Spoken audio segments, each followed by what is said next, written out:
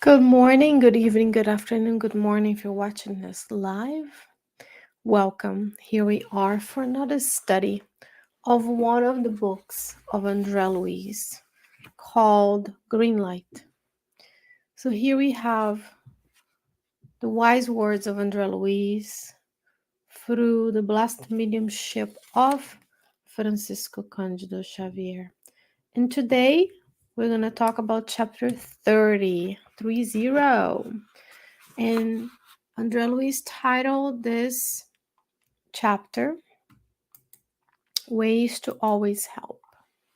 So let's look at today is more of a to-do list and things that we can do every day, all the time, while we still have the blessings of this reincarnation. So he says, without any special resources, you have the power to renew and rebuild your own life. Unquote. You have the power. We can renew and rebuild. So we renew the old habits. We renew the things we're doing that don't work for us anymore. We renew ourselves through the experiences we have, and we grow and rebuild. We learn how to be in society. We learn how to treat one another. We learn how to be better spiritual beings, thinking about what to learn for the long term. And so he says, you can still always do the following. That's my addition. He says, you still can always bring joy where trials are obscuring tranquility. So if you see someone that is not tranquil, is not serene, experiencing trials, he says you can bring joy to that life, to that person at that moment, which may be the lifeguard, it may be the life jacket they need in order to have the strength to continue. You still can always strengthen goodwill where courage is lacking. How many times our courage lacks, right? We are here to bring these teachings to our daily life, not to discourage us, but to analyze. Sometimes courage is lacking, and then we can strengthen our goodwill. We can continue in the good works. It's going to be hard when you decide to go against this stream of indulging only on the physical senses where reincarnated, which is where the good majority of the incarnate beings in the world are. The majority is there. So when we decide to grow a little bit above, then we have resistance. So if courage is lacking, we strengthen our goodwill. Teach resignation where suffering dominates. Sometimes we experience suffering. We are in a phase. So remember, life is made of cycles and phases. Nothing lasts forever, not even suffering. Not joy, nor suffering, not where we are in this world right now. Maybe in the celestial worlds where Jesus lives with all the Christ spirits, then there's no suffering. But here, if suffering is dominating people we love, ourselves, our communities, then we teach resignation. We work to improve the conditions, but we also resign that may be the message, that may be the lesson we need to learn, and we work to improve and get away from that situation, to resolve those issues, and maybe lessen the suffering. Maybe there's something that you can offer to lessen the suffering of those around you, and we should offer. We should remove people from harm's way if we can, if it's wise to do so, right? We're not going to let people suffer. Oh, let them be resigned. They are hungry. There's no food at the food bank. Let them be resigned to be hungry. That's not what I'm saying. I'm saying that we see the challenge, for example, of having a limited budget. We resign that that's where we are, and then we do what? We are humble to go help. And if we have the means, we donate to the food bank. If we need to go to the food bank, we go, because we always visualize ourselves as the helpers, but sometimes we will be the ones who need to say help and give others the opportunity of serving by helping. He says, elevate the atmosphere at work where discouragement appears.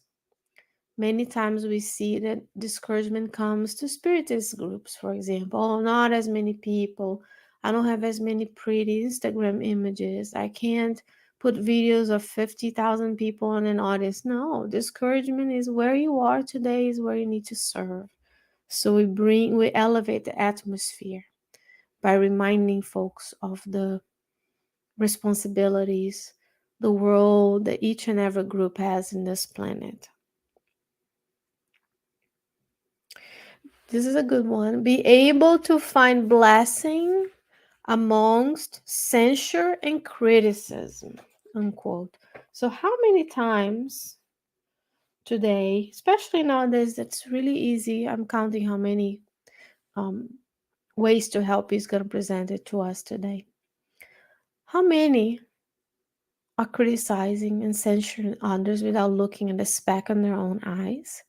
Especially when it's very easy to leave an anonymous comment, which saying things we would never say in person, or we're so enraged and fighting with the instincts of our millennia of lack of knowledge of the divine laws, or not lack of knowledge because the laws are in our conscience, but the lack of application or instinctual nature, and then we feel entitled to hurt others, to be rude, to be aggressive, and criticize and censure others.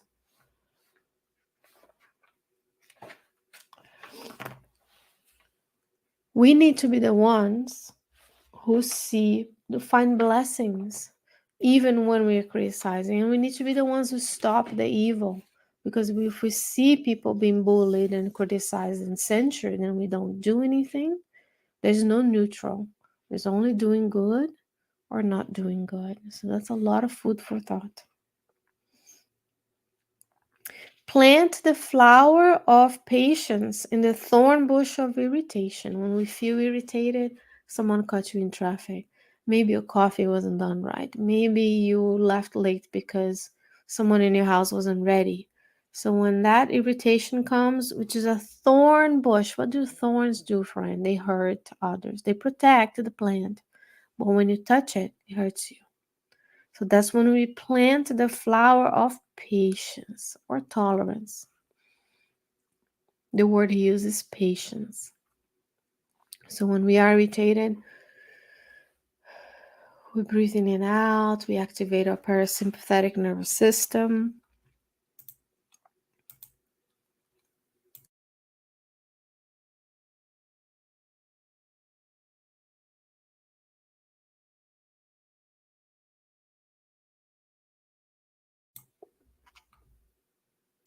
Sorry, friends, I got frozen there for a moment. So I was talking about when we feel irritated, we have this thorn bush, just thorns all around us, poking everybody, poking ourselves and hurting ourselves.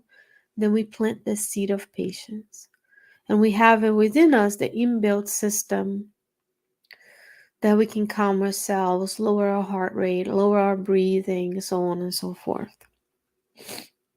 It says light, enlighten, concord, and understanding where there is darkness of ignorance. So let's be understanding and kind to each and every person, incarnate or discarnate, right or on the earth's crust, in the lower zones, on their colonies all around the world that we have in the universe, for that matter.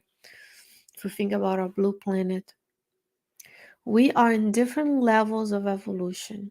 Our mentors are not coming to us pushing us to move. They're guiding, they're counseling, but they respect our free will. So we respect the free will of others while encouraging and guiding them to move towards better states. But if you go back to item 100 of Spirit's book, the hierarchy of spirits, there's just so many types and levels and different degrees of spiritual development. Then here we enlighten and we bring understanding where others might still be in the ignorant phase. And ignorant in a sense of lacking the tools, ignoring the laws within our hearts, because we at times we are multi-dimensional, we're also multifaceted. It's not black and white as we seem to think these days, either or. It's and sometimes we will have patches of darkness within ourselves, of ignorance, and then we would love to be understood and to bring this understanding to our lives. Prepare the pathway for Jesus in the heart of those who are far away from the truth. And how do we prepare the pathway for Jesus? Yes, we can teach them. And that's what we're doing today, right? We're learning together. We can learn more about what Jesus did and the teachings in the Bible and the teachings in the books of Emmanuel, where he analyzes the New Testament verses. But also use, we apply the teachings we know in Spiritism. Jesus is the guide and the model. If he guides us towards God, he has been there, done that, so he's showing us the pathway. So if you go here, there's maybe where you encounter this. Go here, so on and so forth. So we need to know who he is, what he did, what he said. Go to the book Jesus in the Home. Beautiful accounts of Jesus' interactions with the disciples and their families, the apostles and their families. But then he's the model. So there you have how to behave in everyday life. That's how we prepare the path for others. Not by teaching and pointing fingers and try to convert them, but by showing that as a Christian and as a spiritist, because being a spiritist implies that you are a Christian, because you know question 625 of the Spirit's book. Then we do what he did. Therefore, these 9 items, I counted it, 9 items, would be second nature. We wouldn't have to think about sowing patience when there is irritation. We wouldn't have to think about resignation when we're suffering, or strengthen the goodwill of others when courage is lacking. That would be what we do, because that's what he told us the way to the kingdom, the way to God is. So those are things, ways to always help, things we can do every day. And he ends by saying you can do all of these by simply speaking the good words of hope and love. So that's your homework. That's my homework. That's our homework today, to speak the good words of hope and love everywhere you go today.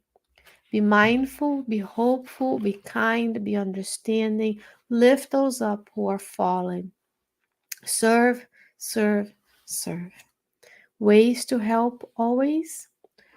Ways to always help by the Spirit of Andrea Luiz through the mediumship of Francisco Cândido Xavier. Dear friends, what a blessing to be with you today, and as always, I hope that you have a wonderful week, and God willing, I'll be back with you next week with another chapter of the book Green Light by the Spirit Andrea Luiz. I'll see you next time. Bye-bye.